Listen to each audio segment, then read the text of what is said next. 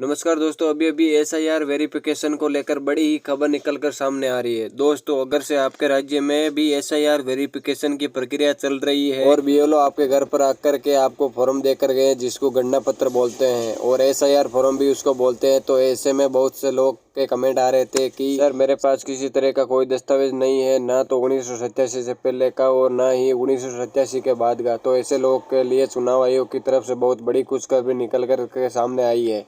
जी हाँ दोस्तों, बड़ी खुशखबरी ये निकल कर आई है क्योंकि जिनके पास दस्तावेज नहीं है उनके लिए ये किसी खुशी से कम बात नहीं है। देखिए, बहुत से लोग ऐसे हैं जिनके पास कोई दस्तावेज नहीं है, केवल आधार कार्ड और पैन कार्ड है। जी हाँ, बहुत से लोग ऐसे हैं जिनके पास केवल आधार कार्ड और पैन कार्ड जैसे ही दस्तावेज उपलब्ध है। कुछ ऐसे भी लोग हैं जिनके पास तो पैन कार्ड भी नहीं होता है और सिर्फ आधार कार्ड होता है। तो अब आप आधार कार्ड से ही अपना एसआईआर फॉर्म भर सकते हो। सबसे बड़ी बात यह है कि आपको कोई भी दस्तावेज फिजिकल रूप में चाहिए नहीं, केवल उसकी जानकारी आपको देनी है। तो दोस्तों, आज की इस वीडियो में हम आपको पूरी जानकारी समझाएंगे। हम आपको एक एक बिंदु स्पष्ट करेंगे और एक एक जानकारी से अवगत कराएंगे ताकि आपको सब कुछ आसानी से समझ आ जाए। इसलिए इस वीडियो को अंत तक ज़रूर देखिए क्योंकि एक एक बिंदु आपके लिए महत्वपूर्ण है। तो दोस्तों, आगे बढ़ने से पहले अभी तक अगर आप लोगों ने हमारी सच्चे चैनल को सब्सक्राइब नहीं किया है तो ज़रूर सब्सक्राइब कर लीजिए क्योंकि यहाँ पर आपको सदैव सच्ची खबर और सच्ची जानकारी पल पल मिलती रहेगी। तो चलिए दोस्तों, वीडियो को शुरू करते हैं। तो दोस्तों, सबसे पहले तो हम आपको बता दें, हाल ही के दिनों में कुछ अखबार में इस संबंध में अपडेट आई थी। जी हाँ, स्टार्टिंग का हेडिंग इसी के संबंध में थी। तो ये जानकारी हम आपको साझा करेंगे, हम सब कुछ बताएंगे आपको। तो देखिए, विशेष प्रगाढ़ पुनरीक्षण यानी कि एसआईआर वेरिफिकेशन जिसको बोलते हैं, इसको लेकर के मतदाताओं को परेशान होने की जरूरत नहीं है। उन्हें सिर्फ एसआईआर फॉर्म भरना है।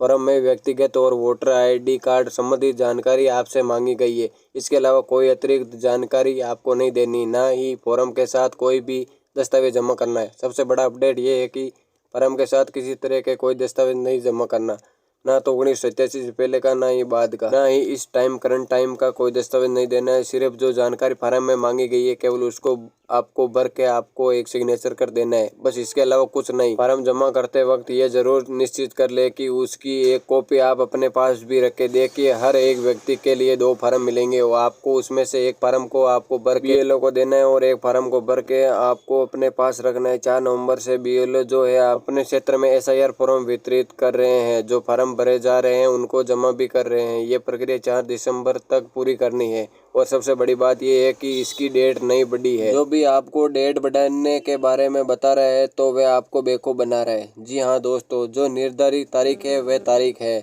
आपको किसी भी प्रकार के कोई भी भ्रम में नहीं रहना है क्योंकि इसकी डेट ना तो बढ़ी है और ना ही बढ़ेगी।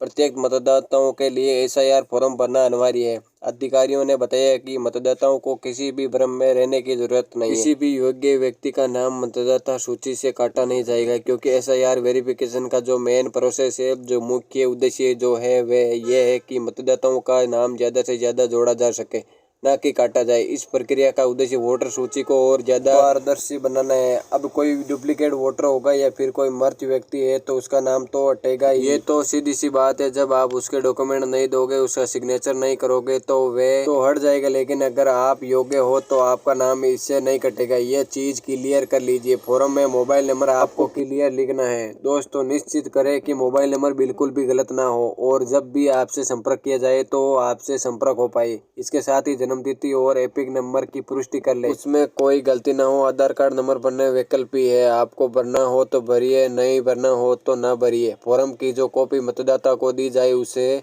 आपको सुरक्षित रखना इसलिए जरूरी है। एसआईआर देखिए, फॉर्म भरकर जमा करना अनिवार्य है वरना मतदाता सूची से आपका नाम कट जाएगा। पूरे देश में आपका नाम सिर्फ एक ही मतदाता सूची में होगा। दोस्तों, यदि आप वर्तमान में अपने निवास स्थान से दूर रह रहे हैं तो अपने बीएलओ से आप संपर्क कर सकते हैं और फॉर्म को भर सकते हैं। अगर बीएलओ से संपर्क न हो पाए तो अपने क्षेत्र के मतदाता स्थल पर संपर्क करके आपको नंबर मिल जाएगा। दोस्तों, बहुत से लोग होते हैं उनको बीएलओ के बारे में पता नहीं होता है कि बीएलओ कौन है।